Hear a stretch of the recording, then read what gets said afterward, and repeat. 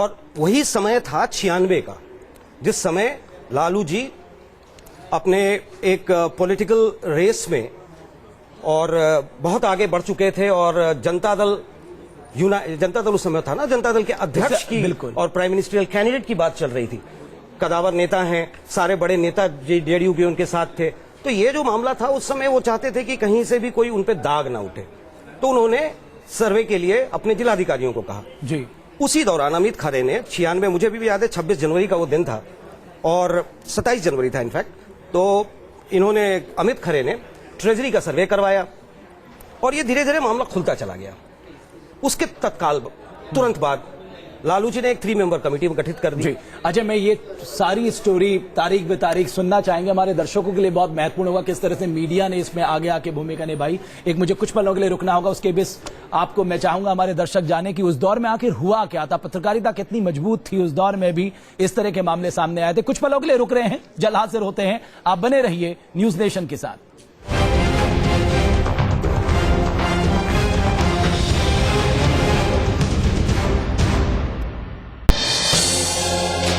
सवाल तो बहुत है। मेरा सवाल है कि रेपिस्ट को फांसी क्यों नहीं? आजादी के इतने सालों बाद भी इंडिया में भ्रष्टाचार क्यों है? इलेक्शन में कास्ट और रिलीजन के नाम पर वोट क्यों? अब हर जवाब मेरे साथ क्वेश्चन आ रहा है। जब आपकी जिंदगी की लाइन में ब्रेक नहीं तो खबरों में ब्रेक क्यों? देखिए ब्रेक फ्री खबरें न्यूज नेशन पर। थोड़ी देर में हो सकता है लालू यादव समेत चारा घोटाले के चौथे दोषियों की सजा का ऐलान। सीबीआई के वकील ने लालू के लिए मांगी 7 साल की जेल।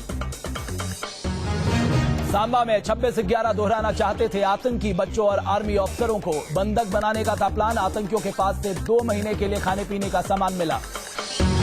श्रीनगर में मुठभेड़ के बाद फरार आतंकियों की तलाश जारी। सुरक्षा बलों ने बुधवार की रात लश्कर के आतंकियों को घेरा, लेकिन भाग निकलने में कामयाब हुए दहशतगर्द। एक बार फिर मुश्किल में पड़ सकते हैं आसाराम। पीड़ित लड़की के पिता ने लगाए आरोप, कहा इससे पहले भी कई लड़कियों बन चुकी हैं आसाराम का शिकार। असम के रांगिया में भीषण हादसा, बेकाबू ट्रक ने 2 मिनी बसों में मारी टक्कर, 28 की मौत, मरने वालों में 10 बच्चे भी शामिल।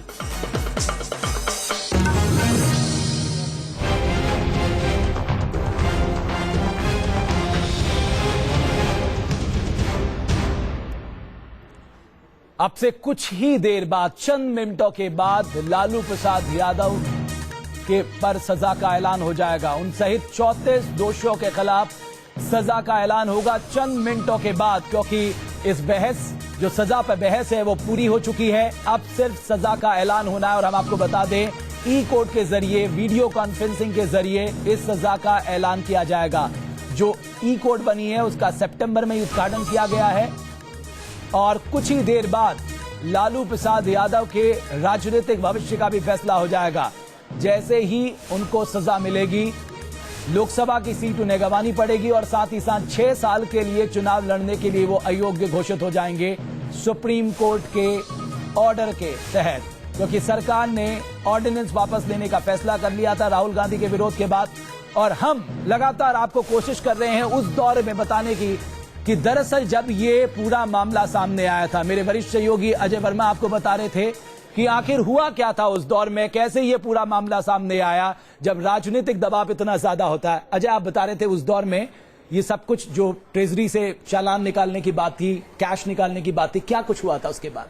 देखिए, ऐसा था कि उस समय ये सारी बातें, एक्सेस विड्रॉवल वाली बात सामने आई। उसके बाद एक 3 मेंबर कमेटी बनाई जाती है जिसमें एएचडी डायरेक्टर, एएचडी सेक्रेटरी और फाइनेंस सेक्रेटरी इसके मेंबर होते हैं। पर विपक्ष का दबाव बना रहा, क्योंकि उन्होंने इसमें कहीं ना कहीं कुछ सेंस किया। उनको लगा कि ये जो एक्सेस विड्रॉवल है, 3 साल पहले भी लगातार जो बजट्स आ रहे थे उसमें ये रिफ्लेक्ट हो रहे थे, पर कभी भी सरकार ने उसको सप्लीमेंट्री करके उसको रेटिफाई कराने की फ्लोर पे कोशिश नहीं की। वो रिफ्लेक्ट हमेशा बजट में दिखता रहा था और कैग की रिपोर्ट्स में भी ये बातें आती थी। अब सवाल उठा कि इसको कैसे देखा जाए जी। तो 3 मेंबर कमेटी, रिट फाइल होती है हाईकोर्ट में, और उस हाईकोर्ट के रिट के बाद सीबीआई को यह मामला हैंडओवर कर दिया गया।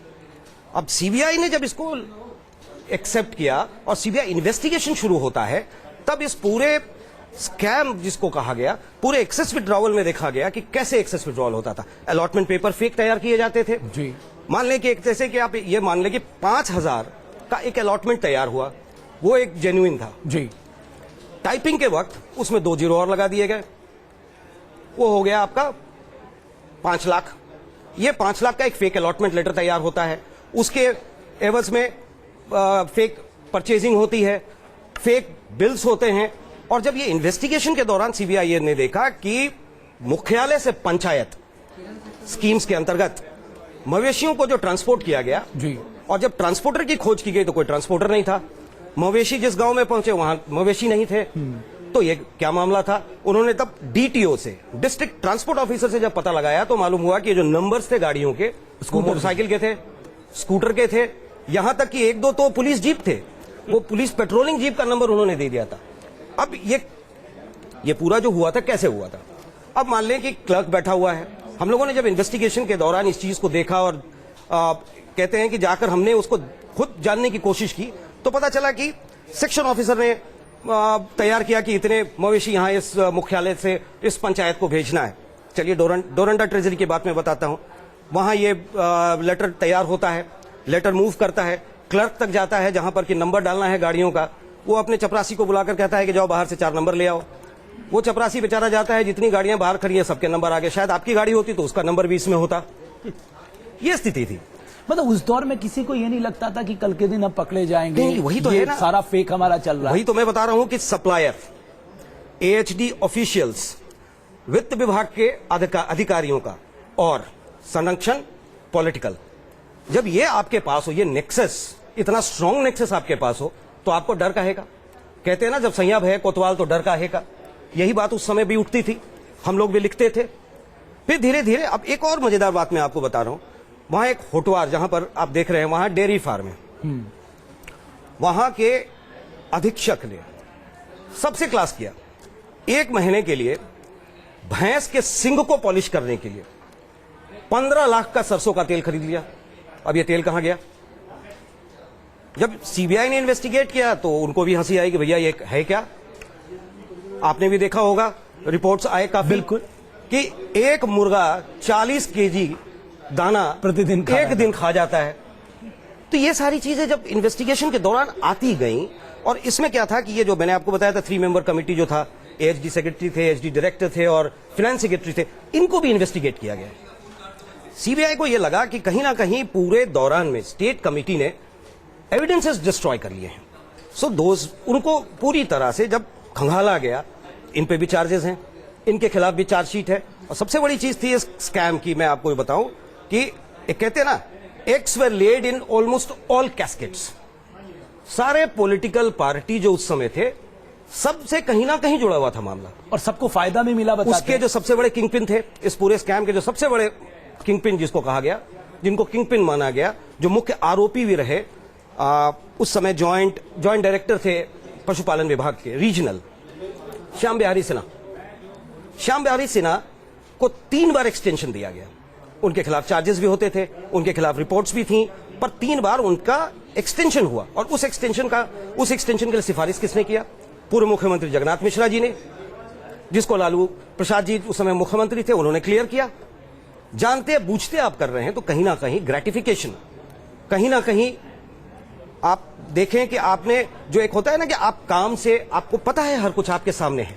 लेकिन फिर एक चीज रमेश मैं आपको ले जाना चाहूंगा, ये तो मैं आपको बता रहा था कि 96 में ये मामला खुलता है चाईबासा ट्रेजरी का। जी, आप चले जाएं 1985 में, कैग का एक रिपोर्ट आता है जो हाउस के फ्लोर पे ले होता है, जिसमें ये क्लियरली मेंशन था कि जो डिस्ट्रिक्ट ट्रेजरी से मंथली रिपोर्ट्स आते हैं वो टाइमली सबमिट नहीं होता। उनका बेटा भी कह रहा था तेजस्वी 1977 से ये एक्सेस निकालने का चल रहा था। 85 में कैग रिपोर्ट में क्लियरली मेंशन था कि monthly submission of report has been delayed. आप उस समय अगर चेक कर लेते तो शायद ये मामला ना उठता। 1982 में आई, 92 में आई है, 1992 में। तो ये 85 में जब कैग की रिपोर्ट आई, हमने सुना है कि ये पीएससी के पास जाती है। पीएससी के पास गए, हर जगह जहां मैं कह रहा हूं ना, वही कह रहा हूं। उस समय पीएससी के चेयरमैन शायद कांग्रेस के थे, मैं नाम भूल रहा हूं उनका, वो कांग्रेस के थे।